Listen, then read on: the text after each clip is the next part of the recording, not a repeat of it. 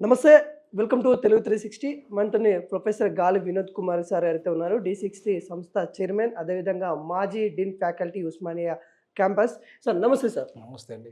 Sir, Bhupalpally ఏదైతే రాజలింగమూర్తి హత్య చాలా తెలంగాణ మొత్తం సంచలనంగా మారిపోయింది. ఎలా చూస్తా ఉన్నారు? అసలు లా ఏం చెప్తా ఉంది ఆ కేసులో? అంటే చట్టము అయితే ఖచ్చితంగా ఇప్పుడు హత్య అనేది ఒక నేరం. ప్రధానంగా హత్య చేయడం. హ్మ్. ఏదైనా ఉంటే కేసు ఇష్యూస్ ఉన్నా, భూమి సమస్య ఉన్నా ఏడీఆర్ సిస్టమ్ ఒకటి ఉంది. ఒకవేళ వాళ్ళకి మధ్యలో మధ్యవర్తిత్వం వహించేసి ఈయన కేసులు వేసినా కూడా దాన్ని కూర్చొని రిజాల్వ్ చేసుకొని పరిష్కరించుకోవచ్చు. కానీ ఆ పరిష్కారం దిశగా ఆలోచన చేయకుండా హత్యలు చేయడం అనేది నేరం. అవును. తప్పకుండా హత్య చేసిన వారిని కఠినంగా శిక్షించాల్సిన బాధ్యత ఉంది. దీంట్లో ఏందంటే ఇప్పుడు దళితులకు, బీసీలకు మధ్య ఇగ దళితులు కూడా చాలామంది అలా ఉన్నట్టుగా మనకు ఆ హత్యలో ఇద్దరు ముగ్గురు ఉన్నట్టుగా నలుగురు కనబడుతుంది. ఉన్నట్టు కూడా ఆ! సో, అట్లా బీసీలకు, దళితులకు మధ్య ఒక వాతావరణాన్ని క్రియేట్ చేసేసి అంటే కొంతమందికి సుపారీ ఇచ్చేసి ఇట్లాంటి హత్యలు చేయడం అనేది కరెక్ట్ కాదు ఇది. ఇప్పుడు ఈ హత్య అనేది ఎట్టి పరిస్థితుల్లో సభ్య సమాజం ఒప్పుకోదు. అక్కడ రాజకీయ కూడా కుట్ర కనిపిస్తా ఉందన్నట్టు కూడా చాలా ప్రధానంగా ఆరోపణలు అదే. వస్తా అదే. ఉన్నాయి. అదే. ఇప్పుడు రాజకీయ కుట్రలు కూడా ఏందంటే, ఇప్పుడు అతను ఒక సామాజిక కార్యకర్త. హ్మ్. ఆయన ఆ కాళేశ్వరం మీదనే కాకుండా ఆయన అనేక రకాల కేసెస్ ఆయనకు ఇంతవరకు వేస్తున్నాడు. అంటే హ్మ్. ప్రజలకు ఉపయోగపడే కార్యక్రమాలు, అవును. ముఖ్యంగా ప్రజలకు సంబంధించిన ఇష్యూస్ వాటన్నిటి మీద ఆయన కేసులు వేస్తున్నట్టుగా మనకు కనబడుతుంది. అవును. మరి అట్లాంటి వాడు ఇగ ప్రశ్నించే మనుషులను చంపేస్తా అంటే ఈ సమాజం అంతా కూడా సమాజమయమవుతుంది. హ్మ్. అవును. ప్రతి ఊర్లో, ప్రతి దేశంలో, ప్రతి రాష్ట్రంలో కూడా ఇట్లాంటి వాళ్ళు ఎక్కువ మంది ఉంటారు. హ్మ్. అవినీతికి పరులు ఎక్కువ మంది ఉంటారు. ఇట్లాంటి రాజలింగం లాంటి వాళ్ళు చాలా అరుదుగా ఉంటారు. అవును. 1% కూడా ఉండరు. మరి అట్లాంటి వాళ్ళని కూడా మొత్తం లేకుండా చేస్తా అంటే పూర్తి అవినీతమైపోతుంది సమాజం అంతా. అక్రమాలకు నిలమైతే సమాజం అయితా. సో, కాబట్టి ఇట్లాంటి అక్రమాలను అడ్డుకట్ట వేసే వాళ్ళని, ప్రశ్నించే వాళ్ళని చంపేస్తామంటే ఈ దేశంలో ప్రజాస్వామ్యం మిగిలే ఉండదు. హ్మ్. ఆ! ప్రశ్నించే గొంతుకలు మిగిలే ఉండి తెలంగాణ తెచ్చుకున్నదే ప్రశ్నించే గొంతుకల పేరు మీద. అవును. మరి అట్లాంటి వాళ్ళని చంపేస్తారంటే అది రాజకీయ పార్టీలు చేసిన నేరమే, అది వ్యక్తులు చేసిన నేరమే, సంస్థలు చేసిన నేరమే, ఎవరు చేసినా నేరమే. కాబట్టి వాళ్ళ మీద కఠినంగా శిక్ష పడాల్సిందే. ఇప్పుడు ఐపీసీ చట్టపరంగానైతే వాళ్ళని ప్రాసిక్యూట్ చేసేసి వాళ్ళకు తగిన శిక్ష పడే విధంగా హ్మ్. ఖచ్చితంగా ఇప్పుడు యావజ్జీవ కారాగార శిక్ష పడాలి అట్లాంటి వాళ్ళకు. ఇప్పుడు రాజలింగమూర్తి ఆయనను చూసుకున్నట్లయితే మాజీ సీఎం సైతం కూడా కేస్ పిటిషన్ చేసేంత ధైర్య సాహసాలు ఉన్న వ్యక్తిని ఈరోజు మనం కోల్పోయాం. ఎలా చూస్తా ఉన్నారు మీరు ఇంత ధైర్య సాహసాలు ఉన్న వ్యక్తిని మనం కోల్పోవడాన్ని? అదే నేనేమంటానంటే ఇప్పుడు ఒక అంత అట్లా అంటే తీన్మార్ మల్లన్న మాజీ సీఎం మీద కేసులేసాడు. హ్మ్. ఆయన తర్వాత జడ్సన్ గారు అవును. మాట్లాడుతున్నారు. సో, అంటే ఇప్పుడు అంటే ఎవరైతే తిరుగుబాటు చేస్తారో, ఎవరైతే ప్రశ్నిస్తారో వాళ్ళందరినీ లేకుండా చేస్తామంటే వ్యవస్థలో అవినీతి అనేదాన్ని అంటే మీరు ఎట్లనే ప్రోత్సహిస్తున్నట్టు లెక్క. హ్మ్. అక్రమాలను అట్లే ప్రోత్సహిస్తున్నట్టు లెక్క. సో, అవినీతి, అక్రమాలు వాళ్ళు మాత్రమే ఉండాలనుకుంటే మరి అట్లాంటి వాళ్ళతోనే ఇక మీరు వ్యవస్థ నడిపియాలి. మరెందుకు ప్రజాస్వామ్యంలో మొత్తం ఈ అవినీతి రహిత సమాజ నిర్మాణం చేస్తాము, అందరికీ ఉపయోగం చేసే కార్యక్రమాలు చేస్తామని చెప్పేసి మీరేగా చెప్తుంది రాజకీయ పార్టీలే. అవును. మరి మీరు అట్లాంటి రాజకీయ పార్టీలే అవినీతి వ్యతిరేకమైన కొట్లాడుతున్న వాళ్ళని చంపేస్తా అంటే ఎట్లా? హ్మ్. అది ఏ రకంగా న్యాయం అయితది? ఏ రకంగా ధర్మం అయితే? ఏ రకంగా ప్రజాస్వామ్యాన్ని, రాజ్యాంగాన్ని, ఈ రాజ్యాంగ విలువలు కాపాడే వాళ్ళైతారు? ప్రశ్నించమని చెప్పి ఇదే రాజ్యాంగం చెప్తుంది గదా! అవును. అవినీతిని వ్యతిరేకంగా కొట్టడమని చెప్పి ఇదే రాజ్యాంగం చెప్తుంది గదా! హ్మ్. మీరు గూడా దీని మీద ప్రమాణం చేసి వస్తున్నారు గదా! మరి మీరే దీన్ని కాలరాస్తారంటే, దీని మీద జీవించే హక్కును మీరే కాలరాస్తారంటే, ప్రతి మనిషి ప్రశ్నించే మనిషిని చంపేస్తారంటే, ఇక ఇదెందుకు? ఈ రాజ్యాంగం ఉండేందుకు ఇంకా? హ్మ్. ఈ చట్టం ఉందెందుకు? గండ్ర వెంకటరమణ మాజీ ఎమ్మెల్యే అక్కడైతే ఉన్నాడు. తను బెదిరించాడంట గదా! 10 డేస్ బ్యాక్ గూడా బెదిరించాడంట. చాలా నిన్ను నిన్ను లేకుండా చేస్తామన్నా గూడా వాళ్ళ భార్య, పిల్లలు చెప్తున్న సందర్భం అయితే కనబడతా ఉంది. ఎందుకు చట్టం అతన్ని కాపాడలేకపోయింది? బెదిరిస్తా ఉన్నాడన్నాడు గూడా. ఈయన పోలీస్ స్టేషన్ గూడా వెళ్ళకపోవడం ఈయన మిస్టేక్ అయినప్పుడు గూడా చట్టం ఎందుకు రాజలింగాన్ని కాపాడలేకపోయిందంటే ఏం జెప్తారు? అంటే ఇప్పుడు మా రాజలింగము అట్లాంటి బెదిరించినప్పుడు పోవాల్సి ఉండే. పోలీస్ స్టేషన్‌కి పోయి ఖచ్చితంగా నాకు రక్షణ కల్పియండి. హ్మ్. ఈ రకంగా బెదిరింపు వచ్చేసింది అని చెప్పేసి ఇయాల రేపు సోషల్ మీడియా కూడా బానే ఉంది కదా! అవును. సో, ఈ రకంగా నన్ను బెదిరించాడు అని చెప్పేసి నువ్వు సోషల్ మీడియాలో పెడితే ప్రజలంతా అలర్ట్ అయ్యేటోళ్ళు కదా! అవును. ప్రజలంతా అలర్ట్ అయినప్పుడు ఖచ్చితంగా నీకు పోలీసులు గనుక రెస్పాండ్ కాకపోతే అది ఖచ్చితంగా డీజీపీ దాకా కూడా నువ్వు డైరెక్ట్‌గా పెట్టొచ్చు కదా! హ్మ్. నీకు నీకు హైకోర్ట్‌లో కేసేసినావు నువ్వు. ఆ కేసులలో జిల్లా కోర్టులలో కేసులేస్తున్న వాడివి. ఇప్పుడు ఆ విషయం నీకు తెలవదా? హ్మ్. సో, కాబట్టి ఇప్పుడు ఖచ్చితంగా ఇవాళ మనకు ఏదైతే జరిగిందో సంఘటన, వాళ్ళు బెదిరించినప్పుడు వాళ్ళకు ఎట్టి పరిస్థితుల్లో వాళ్ళ మీద చర్యలు తీసుకోమని చెప్పేసి ఆయన పోలీసులను ఆశ్రయించాల్సి ఉండే, హైకోర్టును ఆశ్రయించాల్సి ఉండే అవసరం అనుకుంటే డీజీపీని కూడా ఆశ్రయించాల్సి ఉండే. అది చేయకపోవడం అనేది కూడా ఆయన ఆయన అలసత్వం. ఆ రకంగా అలసత్వం చేయదు. ఇప్పుడు సామాజిక ఉద్యమకారుల మీద థ్రెట్ ఉంటుంది, ఉమ్, సహజంగా ఉంటుంది. అవును. సో దాన్ని పసికట్టి ముందుకెళితే కొంత వాళ్ళకు రక్షణ ఉండే అవకాశం ఉంటుంది.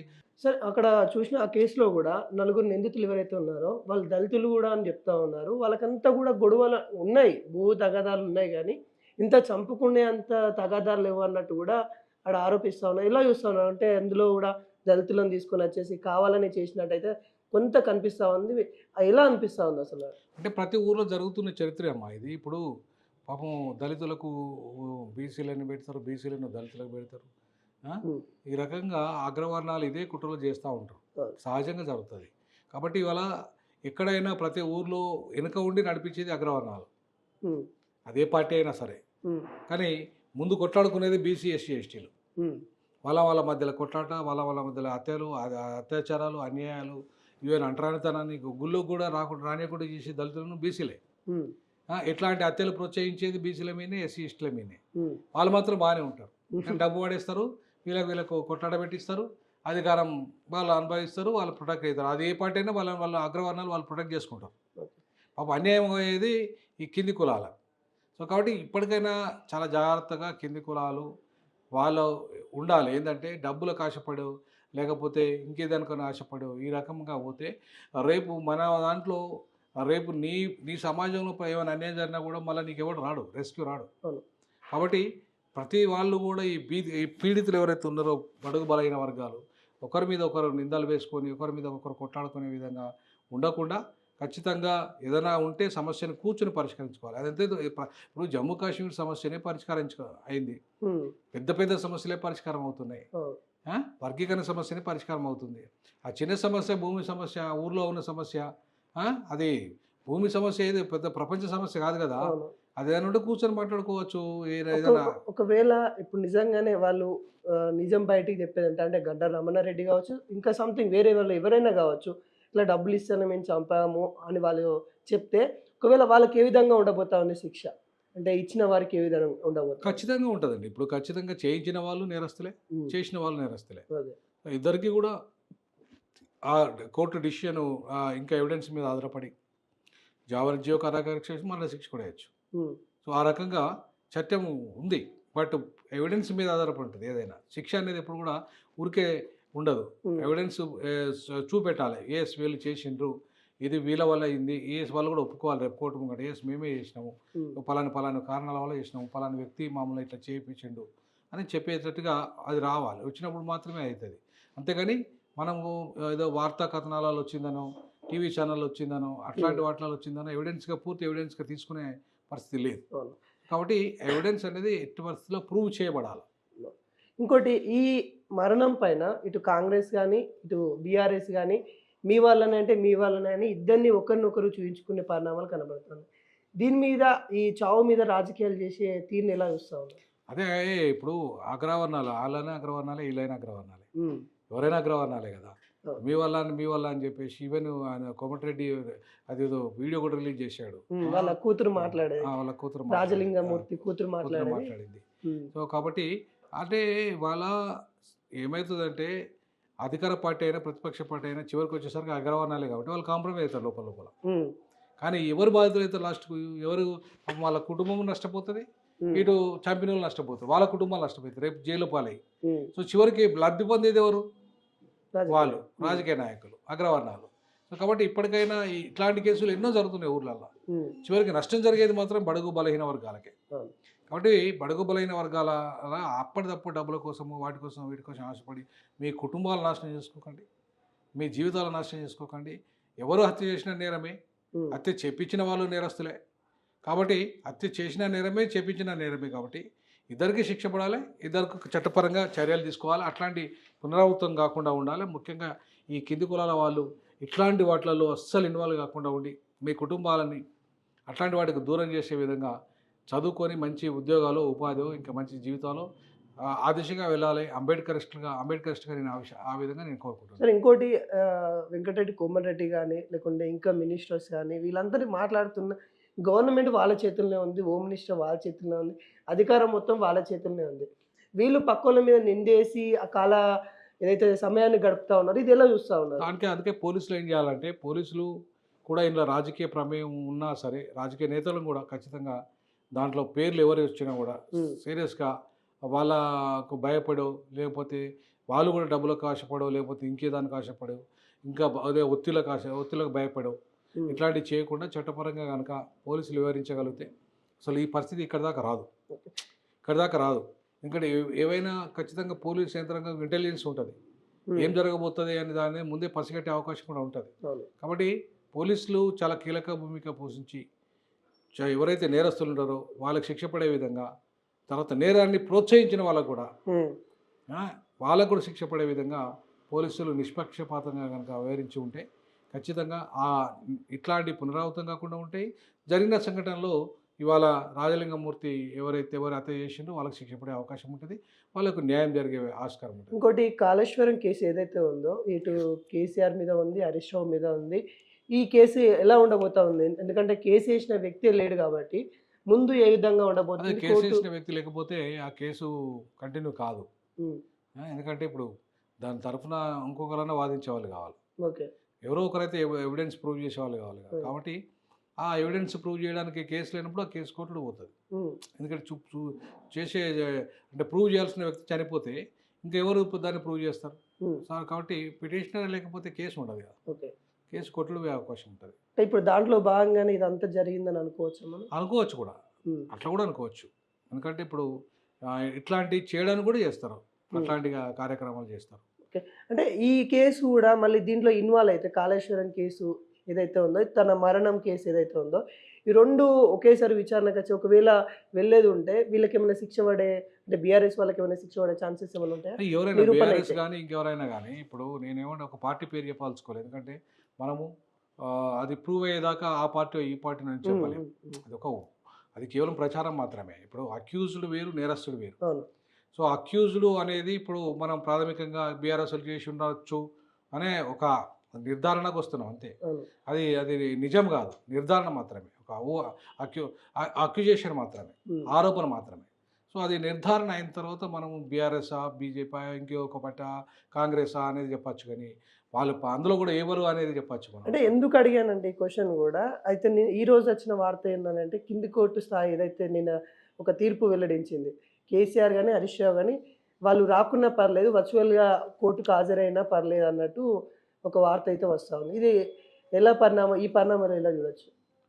అంటే వర్చువల్‌గా ఎందుకు అంటే వీఐపీలకు వర్చువల్‌గా ఇయాల రేపు ఎందుకంటే టెక్నాలజీ వచ్చింది కదా. హ్మ్. వీఐపీలు వస్తే వాళ్ళ యొక్క సెక్యూరిటీ ప్రాబ్లమ్ ఉంటది. తర్వాత ఇంకోటి వాళ్ళు రావడానికి మధ్యలో ఏదైనా ప్రాబ్లమ్ చిన్న సమస్య వచ్చినా కూడా మళ్ళా ఆ పోలీసులకు ఇబ్బంది అయితదనే ఉద్దేశంతో వర్చువల్‌గా ఇవాళ అనుమతిస్తున్నారు. హ్మ్. కాబట్టి పెద్ద పెద్ద నేరస్తులు కూడా కోర్టులలోకెళ్ళి వర్చువల్‌గా ఎవిడెన్స్ ఇస్తున్నారు. ఓకే. కాబట్టి అది పర్మిటబులే. ఎవరికైనా పర్మిటబులే అది. ఈవెన్ చాలా పెద్ద నేరస్తులకు కూడా సెక్యూరిటీ ప్రాబ్లమ్ వస్తది.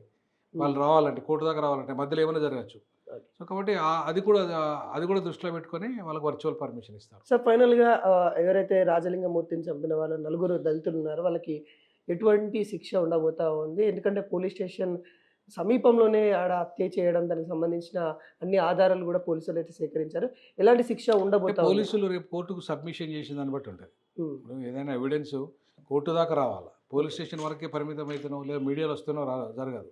హ్మ్. అది ఎవిడెన్స్ అంతా ప్రూవ్ చేయబడాలా. ఓకే. సో, అప్పటి వరకు కరెక్ట్‌గా ప్రూవ్ చేసేసి వాళ్ళు కాంప్రమైజ్ కాకుండా ఉండి ఆ కేసుల హ్మ్. హ్మ్. సో, ఉంటే ఖచ్చితంగా శిక్ష పడే అవకాశం ఉంటది. ఎవరికైనా అంటే ఎటువంటి అది శిక్ష దళితులైనా అదే ఉండబోతుంది? అంటున్నా. ఇప్పుడు ఒకటి వాళ్ళ discretionary power of the judge గారు హ్మ్. వారు మరణశిక్ష చేయొచ్చు. హ్మ్. యావజ్జీవ కారాగార శిక్ష చేయొచ్చు. ఓకే. లేదంటే ఎవిడెన్స్ లేకపోతే కేసు కొట్టి కూడా వేయొచ్చు. ఓహ్! కరెక్ట్‌గా ప్రాపర్‌గా ఎవిడెన్స్ సబ్మిట్ చేయకపోతే. ఓకే. సో, అంటే అట్లాంటివి కూడా జరుగుతాయి. ఆయుధాలైతే దొరికాయి గదా! వాళ్ళకి పోలీసు వాళ్ళకైతే అదే తీసుకెళ్లారు. ఆయుధాలు దొరికినంత మాత్రాన ఆయుధాలు చంపినట్టుగా కూడా ప్రూవ్ చేయాలి కదా. హ్మ్. ఆయుధాలు దొరుకుతాయండి. ఇప్పుడు ఓకే. అనేక ఎన్‌కౌంటర్‌లలో కూడా ఆయుధాలు దొరుకుతాయి. హ్మ్. కానీ అక్కడ ప్రూవ్ చేయాలి కదా. ఓకే. ప్రూవ్ చేయకపోతే అక్కడ పోలీసుల మీద ఒక్క కేసులో కూడా ప్రూవ్ చేయలేకపోయింది కదా. హ్మ్. జరగలేదు కదా. హ్మ్. హ్మ్. లేకపోతే పోలీసులు కూడా జైలుకి పెట్టాలి ఇప్పటిదాకా ఫేక్ ఎన్‌కౌంటర్‌లు చేస్తే. ఓకే. కాబట్టి కూడా అక్కడ కూడా జరిగింది అంతే కదా. ఈ ఆయుధాలు దొరికినంత మాత్రాన దాన్ని కంప్లీట్‌గా పలానా వ్యక్తి చంపిండు అనేది కావాలి. ప్రూవ్ కావాలి. హ్మ్. సో, కాబట్టి అప్పుడే నేరం అనేది రుజువు అయితది. సో అంతే ఆయుధాలు దొరికినది మాత్రాన ఆయుధాలు నేరస్తులు ఎవరనేది కూడా క్లియర్‌గా ప్రూవ్ చేయాల్సిన బాధ్యత కూడా పోలీస్ మీదే. Thank you sir. చూసారు కదా, ఎవరైతే రాజలింగమూర్తిని హత్య చేశారో వాళ్ళు అక్కడ ఆల్మోస్ట్ దళితులైతే కనబడతా ఉన్నారు. వాళ్ళకి నిజంగా ఆధారాలతోని పోలీసులు కోర్టులో సమీపిస్తే ఒకవేళ వాళ్ళకి మరణశిక్ష కూడా పడే ఛాన్సెస్ ఉన్నాయన్నట్టు కూడా చెప్తా ఉన్నారు. అదేవిధంగా అంత కాకున్నా గానీ యావగార శిక్ష పడే విధంగా అయితే కనిపిస్తా ఉన్నట్టు కూడా క్లియర్ కట్‌గా తెలుస్తున్న సిచ్యువేషన్ అయితే కనబడతా ఉంది. ఇక దళితులైన మేల్కొనండి అని కూడా చెప్తా ఉన్నారు. ఎందుకంటే అగ్రవర్ణాలు ఎవరైతే ఉన్నారో వాళ్ళు మీ చేతుల మీదుగా ఇలాంటివి చేయించడానికి ప్రోత్సహించడానికి వాళ్ళ రాజకీయ భవిష్యత్తు కోసమే ఇదంతా చేయడానికి వాళ్ళు ఉంటున్నారు. మీరు మేల్కొని మీ వంతు మీరు చేసే కార్యపనులు ఏవైతే ఉన్నాయో చట్టం దృష్టిలో ఏ విధంగా పొందుపరిచిందో ఆ విధంగా చేసుకోండి అని కూడా కోరుతున్న సిచ్యువేషన్ అయితే కనబడతా ఉంది.